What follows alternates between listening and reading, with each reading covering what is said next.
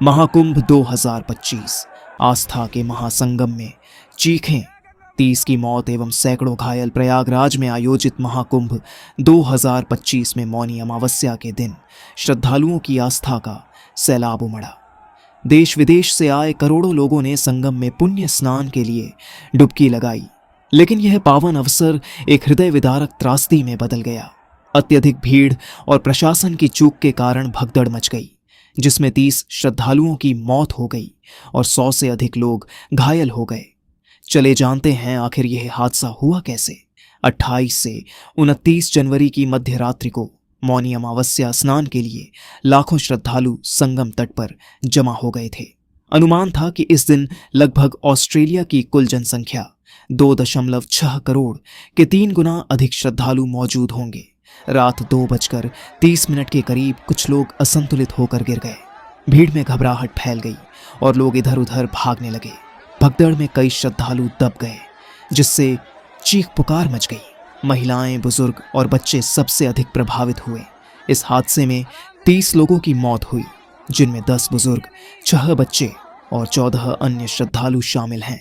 कई परिवार इस हादसे में बिखर गए और अब तक कुछ लोगों का पता नहीं चल पाया है।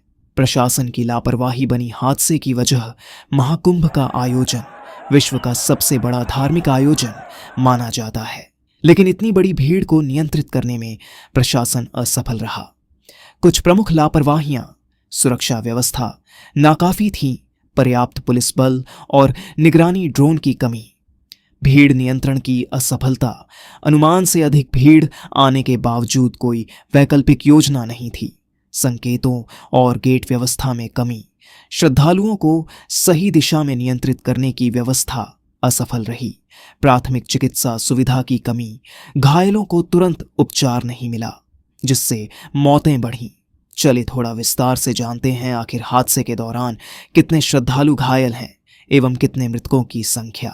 कुछ स्रोतों से पता चला है कुल मृतक संख्या 30 गंभीर रूप से घायल, 60 हल्की चोटें लगीं, 40 प्लस बुजुर्गों की मौत, 10 बच्चों की मौत, 6 महिलाओं की मौत, 8 पहचान न हो पाने वाले मृतक। 6 पीड़ित परिवारों की यह दर्दनाक हादसा पूरे देश को चौंका दिया है। रामप्रसाद शर्मा वाराणसी से आए श्रद्धालु, उनकी पत्नी और 8 साल की बेटी भगदड़ में खो गईं। अभी तक बेटी का कोई पता नहीं चला। अहमदाबाद के शंकरलाल पटेल, उनके 70 वर्षीय पिता की हादसे में मौत हो गई। वे खुद भी गंभीर रूप से घायल हैं। घटना के बाद प्रशासन की क्या एक्शन लिया, जरा उस पर भी चर्चा करेंगे। हादसे के बाद प्रधानमंत्री नरेंद्र मोदी और मुख्यमंत्री योगी आदित्यनाथ ने घटना पर गहरा शोक व्यक्त किया और तत्काल कार्रवाई के आदेश दिए। घटना दुखद है, मर्माहत करने वाला है।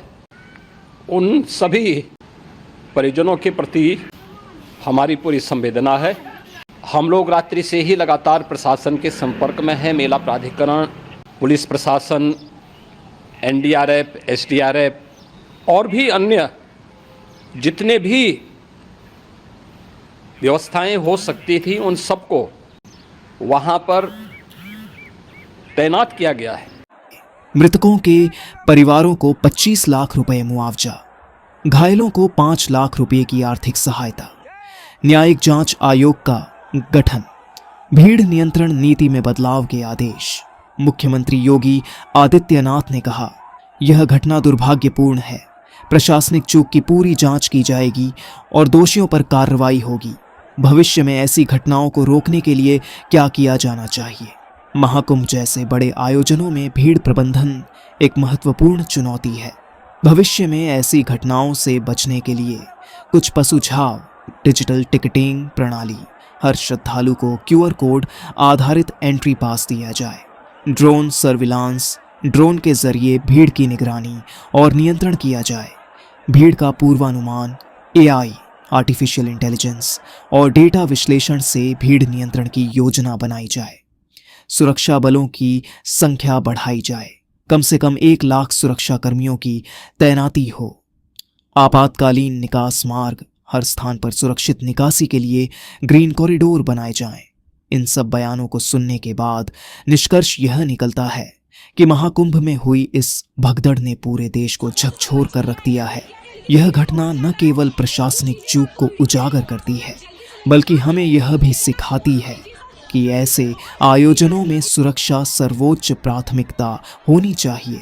भविष्य में इस तरह की घटनाओं को रोकने के लिए प्रशासन और श्रद्धालुओं को मिलकर सतर्कता बरतनी होगी।